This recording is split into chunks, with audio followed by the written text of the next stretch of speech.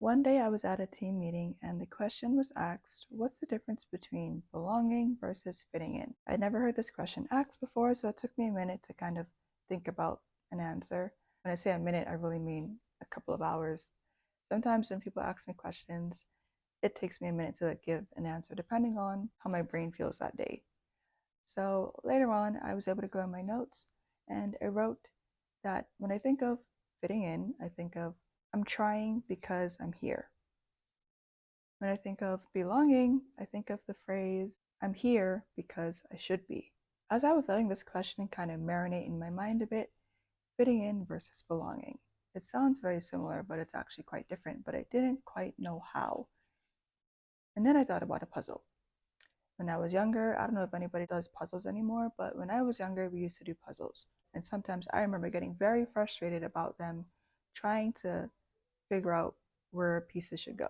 If the puzzle was any more than 50 pieces or 20 pieces, I was not doing it, or at least it would probably take me about a week to finish it. But there were many times when I had a piece or my sister had a piece to the puzzle when we were trying to do it, and we couldn't figure out where it would fit. Sometimes we would even try to force fit a puzzle into a space that it didn't really belong to just to get it done and just to say that we finished it. There would be times where there would be a specific piece that looked like should fit into a spot, but when I would try to force fit it into that space, it wouldn't fit. And the end result of that was that that particular piece had bruises, and sometimes it got bent out of place, and sometimes it even got wrinkled. Whenever we tried to do that, not only did it take us longer to actually complete the puzzle, but it also was more frustrating to get to the ending point. And when we got to the finish line or the end of the picture, sometimes it wasn't even as enjoyable because we spent so much time trying to force fit a piece into a space that wasn't really designed for it. When we finally found the spot where the piece was supposed to go, it was so rewarding, not only because of the fact that the puzzle piece knew that it belonged there and therefore it fit because the space was designed for it, but on top of that, the other puzzle pieces were able to embrace it because they knew that it belonged and they knew that they needed that piece and they needed that space filled in order to complete the picture. Without it, the picture would be incomplete and the puzzle really wouldn't serve its purpose. So, if you reflect on puzzle pieces of your life to date, how many times have you tried to force fit yourself into a space that you thought you should be, but you didn't really belong to? I've been in that position a few times where I tried to force fit myself to like certain things that I didn't really like to try to fit in. One of those things was my taste in music.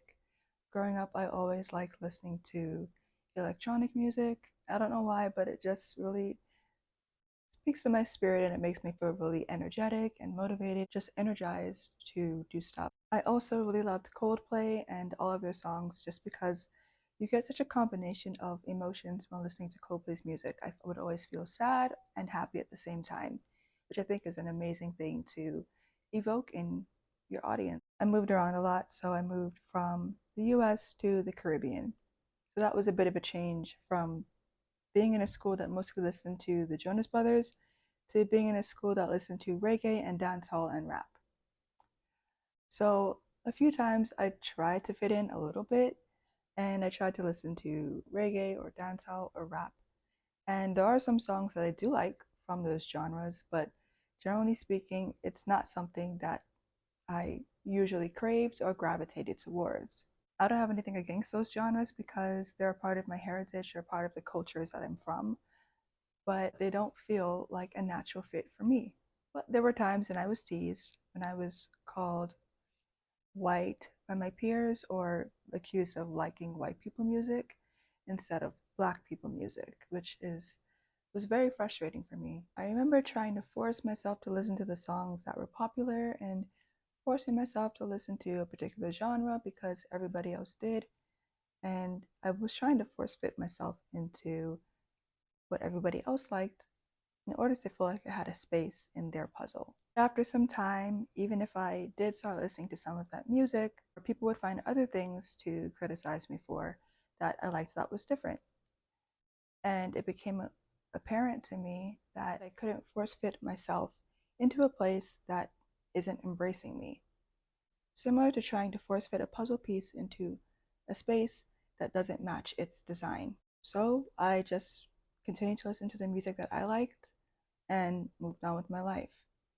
And after some time, some of my friends or acquaintances would actually share with me that they like some of the electronic music that I would listen to too.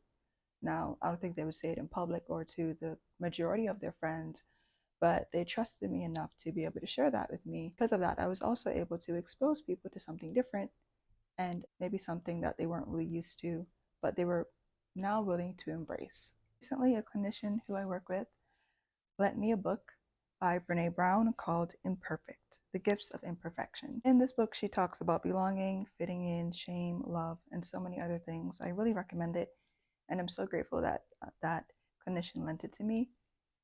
One of the things that I read today actually talks about belonging, and it says, belonging is the innate human desire to be part of something larger than us. Because this yearning is so primal, we often try to acquire it by fitting in and by seeking approval, which are not only hollow substitutes for belonging, but often barriers to it. Because true belonging only happens when we present our authentic, imperfect selves to the world, our sense of belonging can never be greater than our level of self acceptance. When we try to force fit ourselves into a space that isn't really cut out for our design, it's really an act of betrayal because we're not leading with self acceptance, we're leading with denial of self, we're leading with people pleasing, we're leading with the idea that the larger picture is more important than the place that we have within that picture, the purpose that we have within that picture. The second question to you is, what puzzle pieces are you lacking or are you missing that are making you feel like you don't belong? That can be lack of emotional needs being met, or lack of physical or spiritual needs being met. Or it could be something like a community is missing, or a sense of understanding yourself is needed to finally complete that puzzle or the picture that you feel like you need right now. Showing up in spaces with the attitude and the posture that I belong in that space is still something that I'm navigating and still trying to adjust to, but I can see a lot of progress being made along the way. But the key is to not look at how far somebody might seem like they might be along in their journey, but instead to just work every day toward little deposits of self acceptance into your life. Let me know what you think in the comments and stay amplified.